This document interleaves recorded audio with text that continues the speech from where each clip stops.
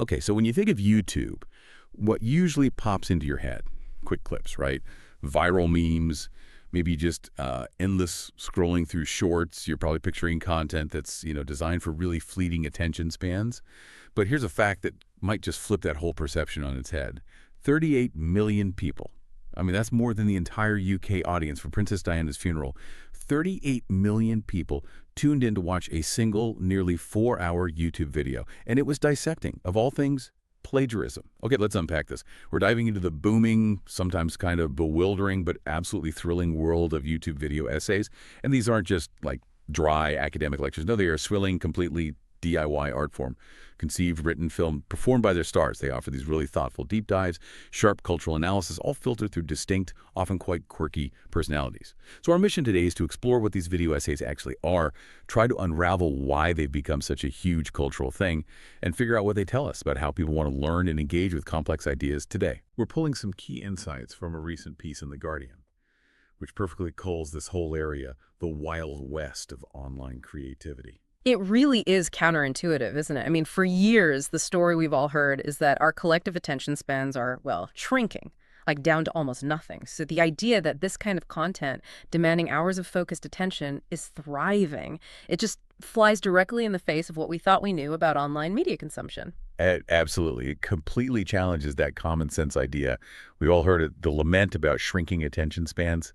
And there's even research like from psychologist Gloria Mark showing the average attention on a task with an electronic device is now just 47 seconds. That's pretty stark. So given that, what does that kind of research mean for, say, traditional factual entertainment? How have they had to adapt? Well, that research, it creates a real problem for traditional factual producers. It definitely pushes streaming services towards what they perceive as easily digestible output. Mhm. You know, reality TV, nature docs maybe chopped into short bits, or those true crime miniseries packaged up neatly, bite-sized episodes, and even public service broadcasters like the BBC, whose whole mission includes informing and educating. Well, they've started mimicking this trend too. They clearly don't want to get left behind in the race for clicks. Right. And then you look at the other extreme. You got TikTok, Instagram Reels, perfect for phone screens, right? 30 seconds, maybe 10 minutes max, all bold, catchy, sometimes pretty extreme stuff. Then there are platforms like Facebook or X, which, let's be honest, often feel like these vast wastelands of misinformation, posturing, endless hot takes, and conflict. It's not exactly fertile ground for deep thinking. So how do video essays, with their totally different approach, manage to carve out such a distinct and successful space in all that noise? It's precisely because they stand in such stark contrast, I think. These video essays are, well, they're designed to be thought-provoking, nuanced, and incredibly self-aware. They're not afraid to mix, say, philosophical theory with cultural studies and deep internet subcultures in a way that's genuinely unique. Like, The Guardian piece says a streaming service, even with all its fancy algorithms, just wouldn't be able to generate a tag for this type of content. It doesn't fit neatly in any box. And maybe that's its greatest strength. And crucially, like we said, they are very, very long. We're not talking 20 minutes here. Some of these things take months, sometimes even years of really painstaking research and production. But here's what I find even more surprising, especially given they're born online. How and where people are actually watching them. What does that tell us about the audience's investment? Oh, it's quite revealing, yeah. Despite being internet creations, they are mainly watched on bigger screens, on TVs, much like you'd settle down for a movie or a big prestige TV show. So this isn't just passive scrolling on a phone, it's a deliberate choice. Active engagement. It signals that the audience isn't just looking for quick entertainment, but maybe an immersive, focused learning experience. They're treating these videos with the same kind of respect as, high-quality films. This really is where it gets interesting, because it just defies that idea that online stuff has to be quick and disposable. That level of commitment from the viewer, it's really something. But let's talk about the sheer artistry involved here, because these aren't just talking heads, are they? These creators, they dive headfirst into every single part of the production. They're writing, planning meticulously, designing costumes, sets sometimes, filming, and then the huge task of editing. It is mostly a true one-person show, or maybe a tiny team. It demands an incredible range of skills. Can you give us some, standout examples of this DIY creativity? Absolutely. Take Natalie Wynn, who's known as ContraPoints. Her video conspiracy, which is nearly 3 hours long, features no fewer than 6 costume changes. including this amazing Eyes Wide Shut inspired scene where she's wearing 8 different Venetian masks. It's incredible. Her dedication to the visuals is just astonishing. In another bit, she literally built an 8-foot giant trope of a conspiracy wall with yarn. Spent a whole week printing hundreds of photos, used 3 canisters of ink just for declassified CIA documents to pin all over it. I mean, that's just an insane level of commitment. Wow. And then there's Jose Maria Luna. His essay, Searching for God in Film, explores faith through movies. He references 50 films, and get this, he features himself dressed as St. Sebastian, arrows and all. Also as a cardinal and as a layperson confessing sins. He even shared this funny anecdote about faking a confessional booth with some black poster board in the back of my bed.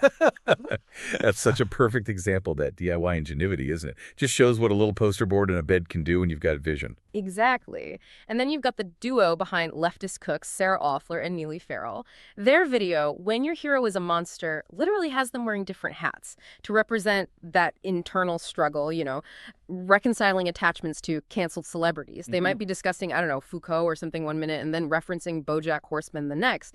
What's fascinating here is, well, these examples, they don't just show a quirky DIY spirit. They show that these creators are blending serious academic ideas with really personal theatrical storytelling. They're crafting these compelling narratives that traditional media often just can't or maybe won't. It's amazing how this whole space has grown. The internet's been fertile ground for this kind of thing for a while, really. You can trace it back to early creators like James Rolfe, the angry video game nerd. He started posting these kind of scrappy gaming reviews way back in 2004. Then came Channel Awesome, doing comedic film reviews, and eventually Lindsay Ellis, who really became one of the original YouTube essayists, delivering these long-form critiques of animation fantasy films. But the scale we see today, it's just mind-boggling.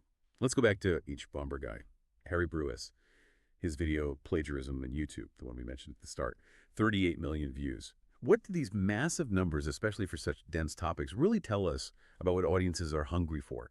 Maybe something traditional media isn't giving them. Oh, these numbers are incredibly significant. Yeah.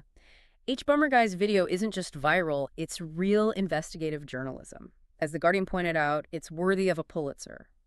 And putting it in perspective, it surpasses the 32 million in the UK who watched Princess Diana's funeral. That gives you a sense of its cultural weight. Similarly, Dan Olson, who goes by Folding Ideas, he did this 2-hour breakdown, really a takedown, of cryptocurrencies and NFTs called Line Goes Up, over 17 million views. What these figures really highlight is, well, there's a massive underserved audience out there. They're craving thoughtful, deep analysis on complex subjects, and they want it presented in an engaging way, often with a strong personality driving it, something broadcast TV has largely, moved away from. That's such a strong point about filling a void. But are there unique challenges, maybe even drawbacks to this Wild West approach, thinking about quality control or sustainability, things traditional broadcasting maybe handles better? That's a fair question. Yeah. While these creators are definitely filling a gap, that Wild West aspect does bring challenges. Without traditional editors, quality can vary, although the most successful creators tend to have incredibly high standards for themselves. Sustainability is also a thing. A lot of smaller YouTubers still rely heavily on ad revenue, which can be pretty volatile, as we saw during the pandemic, for instance. But often, the incredible reach and the independence seem to outweigh these concerns, both for creators and for the audience. Dan Olson himself believes video essayists are filling a hole in documentary production, in educational content, in science communication, at a wide swath of budget and production levels that I think people are thirsty for, and that broadcast TV has been unable or unwilling to fill for a very long time. It really is this vital, evolving ecosystem. It's so true. Even someone like BBC auteur Adam Curtis, famous for his complex, long documentaries, he said if he were starting out today, he'd be a YouTuber. Called it the last Wild West of online creativity. That's pretty high praise from a master of the form, which raises an important question. Who are these voices, and why do they resonate so deeply, maybe in a way traditional media sometimes struggles with? I think the answer really comes down to accessibility and representation. These videos are successful in no small part because they represent political points of view, identities, and creators, including trans people, queer people, and people of color who have been marginalized by the mainstream.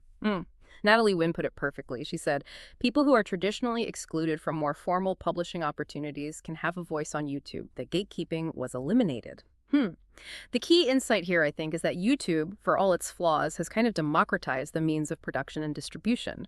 It lets diverse voices connect directly with audiences who are eager for perspectives that they just don't find elsewhere. And the themes themselves, they've evolved so dramatically too, haven't they? From those early gaming reviews and funny film critiques, we saw a big shift into political commentary, sort of between 2014 and 2016. That was the era of the online left, the fallout from Gamergate, the coining of terms like breadtube, although it's worth saying many creators rejected that label. H. Bomberguy's first video, The Sarkeesian Effect, a measured response, was a direct response, wasn't it? Mocking the guys attacking women in gaming. What did that shift from gaming to more explicit social and political stuff reveal about the platform's potential? Well, that evolution showed the platform's capacity to become a serious place for critical thinking. Yeah. And from there, the format expanded even more, taking in deep theoretical perspectives on culture and, interestingly, using culture to explain theory. Natalie Wynn's Twilight video is a fantastic example. She's sitting at this overflowing banquet table, candelabras, skulls, the works, and she's using feminist and queer theory to explore themes like sex, sexuality, desire, power dynamics between genders, all is evoked in those vampire novels. The really profound insight there is that these creators aren't just discussing theory, they're making it accessible and entertaining. Using relatable pop culture like a Trojan horse for complex academic ideas, they're de-jargonizing intellectual chat, basically. And it's not just grand theory either. Even stuff some might see as mundane gets the deep dive treatment, like Mina Lee's video on the historical accuracy of costume design in the movie Atonement, or Zandile Powell, whose Kidology, documenting internet culture's excesses in real time. As Powell puts it, it's okay to think seriously about things that are otherwise considered mundane or irrelevant. Which highlights something important, right? The value these creators place on rigorous, thoughtful analysis, no matter the subject. Indeed. We're truly in a kind of golden age for this type of content right now. Creators like Dan Olson note that many channels can now access business-level budgets, thanks largely to platforms like Patreon, which allows popular creators to hire teams or even just work full-time on their videos. It shows this growing professionalization, but it's not without its challenges. As you mentioned earlier, that reliance on ad revenue can be precarious. And there's always audience pushback if creators aren't seen as radical enough, or maybe if they stray too far from their original niche. It's a complex ecosystem, definitely. But surprisingly, as Offler from Leftist Cooks points out, it's a surprisingly pleasant place to be. There seems to be this genuine solidarity among creators. They actively boost each other, recommend new voices to their audiences. They even acknowledge biases and how viewers might click on thumbnails, which is interesting. And we're also seeing this move towards creator-owned platforms like Nebula. What do these trends, the professionalization, the solidarity, the move to other platforms, tell us about the long-term future of this unique content? Well, if we connect this to the bigger picture, this whole evolving ecosystem, it represents a really powerful model for independent, in-depth content creation. It proves there's a real hunger for thoughtful, well-produced analysis. The professionalization, funded directly by audiences through things like Patreon, suggests a more sustainable future, less reliant on, algorithm whims or traditional advertisers. And the solidarity, the move to creator-owned platforms, that suggests a community actively trying to shape its own future, prioritizing artistic freedom and that direct connection with their audience. It's a space where creators can really experiment. Like Jose Maria Luna, who, when asked about his next ideas, apparently just pulled out his phone, said he has a notes app full of stuff like Donald Duck and cultural imperialism, or even musicals and mental illness. The possibilities are just boundless, really. So what does all of this mean for you, our curious listener? Well, it means that YouTube video essays are this vibrant, dynamic, constantly evolving landscape. Creators are pushing boundaries, they're filling critical gaps in education and cultural analysis, and they're proving that deep dives into complex topics are actually more compelling and captivating than ever. They're really a testament to the fact that people don't just want bite-sized stuff all the time. They crave depth, insight, and a genuine connection to thoughtful ideas. So given the rise of these elaborate, thoughtful, often kind of quirky deep dives, here's something to think about. What mundane or maybe overlooked topic in your life or your field do you think deserves a multi-hour video essay treatment? What unexpected connections or theories might it uncover if someone gave it that level of creative, in-depth attention? Something to ponder until our next deep dive.